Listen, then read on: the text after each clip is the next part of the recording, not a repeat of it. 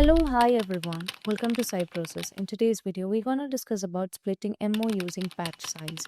So let's dive into the manufacturing module and let's create a new manufacturing order. Click on new button in order to create a new manufacturing order where you can consider the bill of material. I would like to consider the bill of material test combinations, and here you can see that I would like to generate 50 quantity of test combination. So let me save the changes that I have made and let me confirm the order. So as I just confirmed the order here, now I have the option to split this.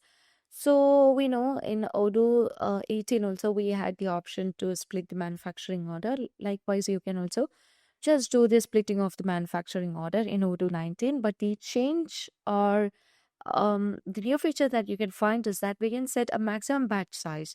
So if I'm setting 10 unit as the unit that to be included under a batch, then you can see that the manufacturing order will be automatically split into 5. Now let's say if I'm just setting it as 25, then you can see that the split will be turning into 2. So this is how you can split the manufacturing order and just do with the manufacturing process. And this is one of the new feature that you can find under Odoo 19 manufacturing. And if you find this video informative, please do like, share, and subscribe our channel.